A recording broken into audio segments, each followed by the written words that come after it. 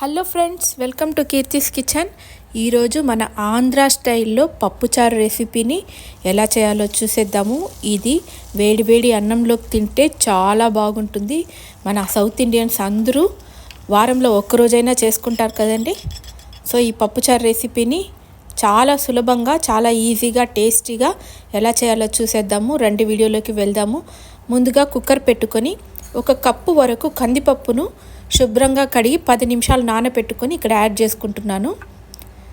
So కందిపప్పులో 2 నుంచి 3 వరకు పెద్ద టమోటా ముక్కలను కూడా సన్నగా తరిగి యాడ్ చేసేసుకొని, ఒక పెద్ద ఆనియన్ తరుగును కూడా ఇక్కడ యాడ్ చేసేసుకొని, తర్వాత పసుపు, ఇంగువను కూడా యాడ్ చేసేసుకొని, కారము, ధనియా పౌడర్ని కూడా మనం ఇక్కడనే యాడ్ చేసుకోవాలి. 1 టేబుల్ స్పూన్ వరకు ఆయిల్ని కూడా యాడ్ చేసేసుకొని వీటన్నిటిని బాగా మిక్స్ చేసుకోవాలి. ఇక్కడ 1 టీ స్పూన్ కారము, 1 టీ స్పూన్ ధనియా పౌడర్ని యాడ్ చేసుకుంటున్నాను.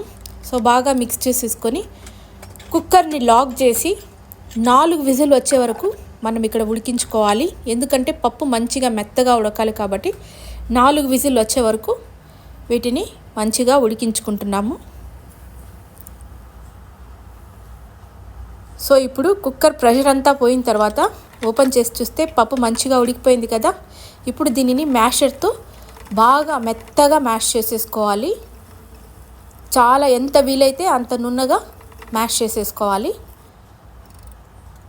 ఇప్పుడు మ్యాష్ చేసుకున్న పప్పులో ఇంకాస్త నీళ్లు పోసుకొని డైల్యూట్ చేసేసుకొని ఇక్కడ తగినంత సాల్ట్ను కూడా యాడ్ చేసేసుకోవాలి. సో యాడ్ చేసేసుకొని ఇక్కడ ఫ్లేమ్ పెట్టుకొని పప్పుచారు బాగా మరగాలి.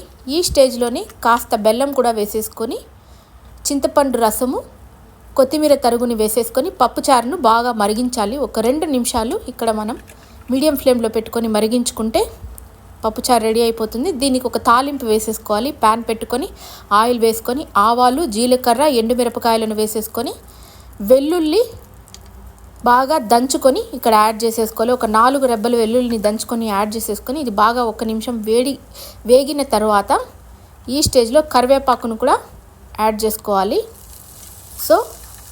సో ఇది వేడిగా మనము ఈ తాలింపును పప్పుచారులో వేస్తే అంతేనండి, ఎంతో టేస్టీ అయిన పప్పుచారు రెడీ అయిపోయింది. ఇది వేడి అన్నంలో చాలా బాగుంటుంది. ఒక్కసారి ట్రై చేయండి.